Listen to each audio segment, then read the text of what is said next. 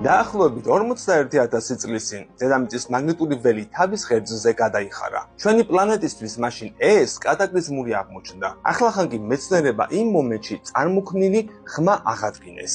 აღნიშნულ მოვლენას ლაშაპის მოვლენა ეწოდება. მისი პირველი მტკიცებულება 1960-იან წლებში აღმოაჩინეს საფრანგეთში. დაადგინეს, რომ პლანეტის მაგნიტური ველი მაშინ ჩვეულებრივთან შედარებით 5%-ით შესუსტდა.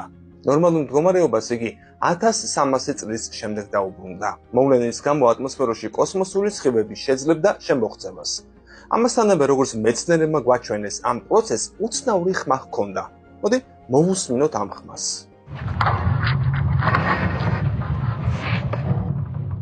ეს ხმა დანიელმა და გერმანელმა მკვლევრებმა აღადგინეს. ამისთვის მათ ევროპის კოსმოსური სააგენტოს ESA-ს მიერ მოპოვებული მონაცემები გამოიყენეს, რომლებიც ჩვენი პლანეტის მაგნიტურ ველს უკავშირდება. არსებული მონაცემების შესწავლის შემდეგ მეცნიერებმა არაერთი სახის რეალური ჩანაწერი გამოიყენეს. იქნებოდა ეს ხის ჭრაჭუნი თუ ქვების სვენა.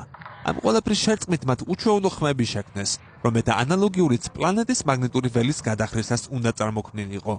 ლაშაპის მოვლენის ხმა ახლა პირველად გავიგონეთ, თუმცა ევროპის კოსმოსური სააგენტოს მიერ მოპოვებული მონაცემები აქამდეც გამოუყენებიათ, რათა ჩვენი პლანეტის მაგნიტური ველის ხმა შეექმნათ.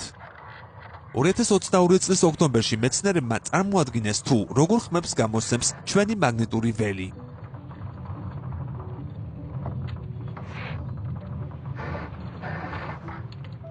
ახალი ჩანაწერის მსგავსად, როგორც ჩანს, მკვლევრებმა ამ შემთხვევაშიც ხის ჭრაჭუნის ხმა გამოიყენეს. მათი აზრით, მზის შტორმების დროს მაგნიტური ველი სწორედ ასეთ ხმებს შეიძლება გამოსცემდეს. ახალი ჩანაწერით მეცნიერებმა კიდევ ერთხელ მოგვასმენინეს დედამიწის მაგნიტური ველი, ამჯერად ხმა, რომლის ანალოგიც დაახლოებით 41,000 წლის წინ გამოიცა. არ დაიზარო, გამოიწერე ჩვენი YouTube არხი, დაგვიჭირე მხარი.